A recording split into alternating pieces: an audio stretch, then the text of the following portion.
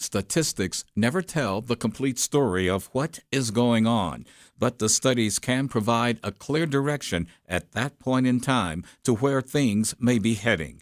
Recently released surveys indicate domestic violence is the leading cause of injury to women, more than car accidents and muggings. Studies also suggest that up to 10 million children witness some form of domestic violence annually. And men who, as children who witness their parents' domestic violence, are twice as likely to abuse their own wives than sons of nonviolent parents. Additional studies also indicate that between 35 and 50% of workers have been bullied or otherwise abused in their workplaces at some point during their careers. And when it comes to schools, 90% of 4th through 8th graders report being victims of bullying at school. And 54% of students say that witnessing physical abuse at home can lead to violence at school. On this edition, we continue learning insights and practices toward minimizing and neutralizing incidents of conflict in our lives and careers to make us less involved or subjected to violence. We continue our conversation with, from the Conflict Center, Vickie Samlin, School Program Coordinator and Manager of Assessment and Evaluation, Pearl Bell. It's one of the things we talk about with the kids. Is it possible? Is it possible to stop? Yeah. Can you do it? And it's a challenge. It's definitely a challenge. It doesn't mean that I have to stop, stop there and stop and take a breath right there in front of those people. And am I saving face? Am I not saving face? What am I doing? Mm-hmm. Sometimes it just means I need to walk away right now. I need to turn around. I need to get out of here. Because walking away sometimes can help you in that short term. Because what we're talking about is your long-term goals. If you get in that fight with that kid, if you punch somebody in the hall for mean mugging you or something, what are you going to do? Is it going to be in your long-term graduation interests to do that? Probably not. So how do you stop at that moment and then come back? If you need to go have a conversation with that kid later, say, hey, I thought you were looking at me funny in the hallway. What was that look about? How do kids handle third-party influences there, like the other people standing around going, ooh, I'm not going to take that. I wouldn't take that if I were you. Bystanders are difficult. Bystanders are really difficult. You just shut them out. They have nothing to do with my graduation. I won't see them after I graduate anyway for another 10 years. That's all your self-talk. You're using all your self-talk. Those are all the things that you're saying to yourself as a teen, Also having an ally. So that's the other piece, is really identifying who your allies are. And if you're a teen and you know you're going to be explosive in the hallway, who's going to help you out with that? Who's your ally? Who's your friend who's going to say, dude, let's walk away. Dude, I have your back, Well, the ally that says I have your back and let's walk away versus, dude, I have your back, let's punch him out. Are two different allies, for sure. I just thought it would make a delineation between that. Yeah. Because with guys, you have them both. Yeah. Yeah. And in the middle of the crowd that's saying, let's go get them, just like the Christians and the Lions, there's always one voice out there that's saying, wait a minute. And so you got to really look for that voice and say, and that brings us back to what Vickie was talking about, school culture. We're here to change the school culture. So changing the way bystanders look at that. So when she's talking about that school where they had one fight in 3 years and the school mourned it, that's because the culture had changed so much. The kids were like, whoa. They didn't know. They didn't want to egg on that fight. They weren't used to seeing it fight. So you're changing the community around so that your bystanders are supportive of walking away, are supportive of making different choices. So kids don't think we're picking completely upon them. How about those parents that are in long-term underemployment? 1 month they make the ends meet, the next month it's a challenge. What do they have to do to try to stay on an even keel until something changes? Boy, that's one of the toughest in terms of, your sense of self-esteem and who you are in the world and, how do you stay, contributing and purposeful and just feeling good about yourself. So you're talking about things that are really, really hard. But, again, it's given the givens. Where are you going to go? You still have a choice in a really difficult situation about. I have seen families that are totally stressed out, and they actually become stronger under situations like this because they start to pull together. They get a focus. They support each other. They pay attention to each other in different kinds of ways rather than just kind of off, going about their own thing. They know we're under stress. We got to pull together. We got to be a team. We got to support each other. Yeah. And so it's not just utter devastation that you're confronted with. You always can be challenged to seek out something that's going to help you feel a little bit better, help others feel a little bit better. Well, we've heard a lot of people have heard the adage "turn the other cheek," but you've only got two of them. What happens when it's a third situation coming from the same source? You still go through the same check down? I think so. Yeah. It's not easy. If this were easy, peace would have broken out in the world and we'd all be getting along just fine. But, I don't think Men never let peace break out in the world. We know that. I have a quote on my office wall. I can't give it to you directly exactly, but it's that we know a lot about violence. We know a lot about how to do war. We know a lot about how to harm each other, but we still have all these great unexplored vistas in terms of how to be nonviolent. And let me say, we think of violence not just as physical violence, but as verbal and emotional violence. And if you think about it, you and I can get into a fight and our wounds will heal. Our noses will repair and our cuts will heal over. But the hurts that people carry with them for decades and years often come from the words that we've said to each other, from the things that we've done to each other, just in an emotional way, nothing where it was physical, but the harms that we cause each other and the hurts that we carry for many, many years. You see that in families, sisters who don't talk to each other, parents and children who are torn apart. And I think those hurts are violent, okay? That's violence, and that's probably... That's the hard stuff to deal with. I think that's, and I can't have to paraphrase this, I think that's the statement from Nelson Mandela.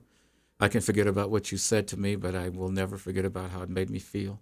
Mm-hmm. That's what you're talking about there. Right, exactly. But don't men and women sort of manage conflict differently or react to it differently? Men may want to punch each other out, but ladies can get the verbal going and kind of slice and dice pretty quickly, and maybe that's where you have that reaction that lasts longer is the verbal one versus getting punched out in the black eye heels.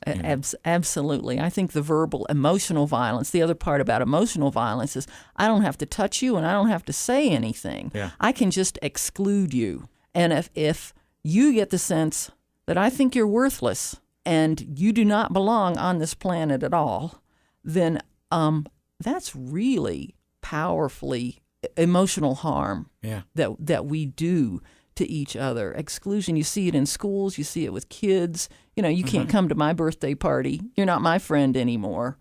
I'm going to go live with Dad. I hate you. Now, those are words, but it's still conveying. It's still conveying that sense of you are not important. You are without worth, and that is the greatest harm that I think we can do to each other. And so you can have harm from both the person that's the receiver of it and the person that's perpetrating it too, because the one who's perpetrating it is going to be at a loss because I don't want to see you anymore. All of a sudden, somebody that was instrumental to them in their life, they have now isolated themselves from that. And that sense of loss can easily be turned inward and become anger at oneself. Yeah. And that can be even, just even more detrimental. A lot of us say we're expressive of anger and we express it really outward, and a lot of us turn it inward and just really, are mean to ourselves or harmful to ourselves, say mean things to ourselves. A lot of the turning it around and changing that behavior is about what you're saying to yourself. What am I saying? Now, what is my positive self-talk? How am I expressing that I'm a good person and I tried really hard? Yeah, or even just the way we deal with everyday tasks. So you're talking about stress, and you're talking about I lost my job, and you're talking about how do I deal with everyday stresses? Well, I have to do this. I have to get a job. I have to go to the store. I have to get some money. All those have tos are so devastating to us. If we are really turn it around and we say, I'm choosing to do this. I'm choosing to get a job because I want to support my family. I want an income. I want a nice house. I want these things. The power of choice is a really empowering phrase and perspective on things. So what you're doing is shifting from all that I have to, it's a burden, to a choice. It's really empowering. I'm choosing to go to the grocery store because we're out of eggs and I really want eggs for breakfast. No, but don't you have a lot of men who are ingrained from the time we're born to we have to take care of the family, you have to take care of the kids, you have to take care of the family, you have to take care of the kids. I don't have the job. I need to do something now. I need to do something now. And when you do it over and over and over and over, you keep increasing this pressure on yourself Absolutely. to do something, and then something snaps. Yep. Absolutely. So that's why it's so powerful to shift it. Once you shift it to I'm choosing to do that. I want to be a good dad. I want to be a good father. I want to be a good husband. I'm choosing to do those things, and I'm choosing to do them well because they're important to me. They are in my value system. So I'm making those choices. I don't have to. And Vickie, if you don't handle conflict well, there can be health implications. Oh, absolutely. From stress, from what else? Outside of getting punched out. I think all that stuff that we internalize, I have to provide for my family, whether it's the man or the woman, it really starts to drain on us. And we do talk about the health implications of anger done badly, anger internalized. You know, you get high blood pressure, you get ulcers, you have heart attacks. I can even tell stories, and this is a little tricky, of folks that I think doctors will cringe, but they're a mental and emotional state that really has led to the development of cancer in their bodies. Oh, yeah. I mean, I think there's a really powerful mind-body connection, and don't jump to the assumption that just because somebody has cancer, they've got an anger issue. That's not what I'm just saying. I am saying, but though. There are cancers, there are health issues that are emotionally driven. There's no doubt about that. And cancer is one. I've had to deal with that twice in the family. And after you removed a lot of that emotional negative stuff, then healing could actually occur. Mm. And if doctors want to cringe, dudes. You know? But, a lot of that is. So what you're saying is absolutely correct. Yeah. Don't walk back on that at all. So if a family comes to you to say, we are having long-term anger issues, we can't talk to each other, this has gone on for long, learning conflict and conflict resolution, is it the same as going to a psychologist and laying on the couch to see what's wrong? Yes and no. I mean, we don't do therapy. We do skills. What we do is give you skills to manage the conflict yourself, skills to look at your anger yourself. And so you come into our facility and you're met by smiling faces and come in and share. And that sharing can kind of feel a little vulnerable. We get on the table, we put ourselves out there. I don't want to see another smiley face right now. Thank you. Take that yellow thing away from me. Yeah, I mean, it's vulnerable because we are asking people to share about their lives and things that normally in our culture we don't talk about. So, come in, talk to us, and then let's work through it together. So here's some specific skills. Next time you're in that situation, try this. Mm-hmm. Next time, try that. Over this week, practice, because it is all about practice. Yeah. This is not a magic pill. This is something that takes a lot of time. It's a lifelong journey. So you come back every week, you talk to us about what it's like, what's working, what's not working, and we try to help you find ways to fix it. Is it something that parents ought to think about if they have kids in middle school, which may be demonstrating conflict issues before they get to high school where it can really harm them? They'll need to come by and see you so that they don't have escalating issues later? Absolutely. We would welcome them to come to the Conflict Center, take 6 weeks, 8 weeks of classes. And I think we get such positive results from that. And people saying, we don't argue as much as we used to. Our fights don't last as long. Mm-hmm. We figured out how to listen to each other better and how to solve things better. And it's I don't care what age you are. Yeah, but parents should take off the rose-colored glasses, though, and say, well, it's not my kid. My kid, well, he lashes out every now and then. It's hormones. It's going to be okay. And then when something serious happens, then it's like, well, I didn't see that coming. Oh, come on, please. Yeah. Well, these are skills everybody can use, even if your kid is an ace at everything, it's something we all need to practice and we all need to use and can get better at. And so it really is a universal thing. Okay, so for men who may have said something to rub their girlfriends or their wives in the wrong direction, and she kind of lashes out, how should they manage that? Start with listening. I think listening is the key to everything. What's going on? Why are you upset? What provoked that? What are the feelings that are going on? Let's get down to the core.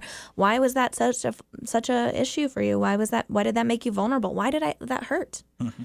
and talk about that, because that can be key. Because a lot of times there are hidden things that we didn't even know that can be triggers for us. You can connect with the Conflict Center at 303-433-4983 or online at conflictcenteroneword.org.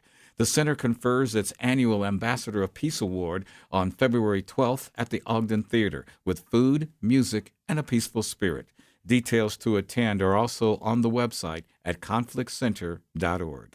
I'm Adam Morgan. Do stay in touch, keep on your game, and we thank you for sharing a few moments of your weekend with us.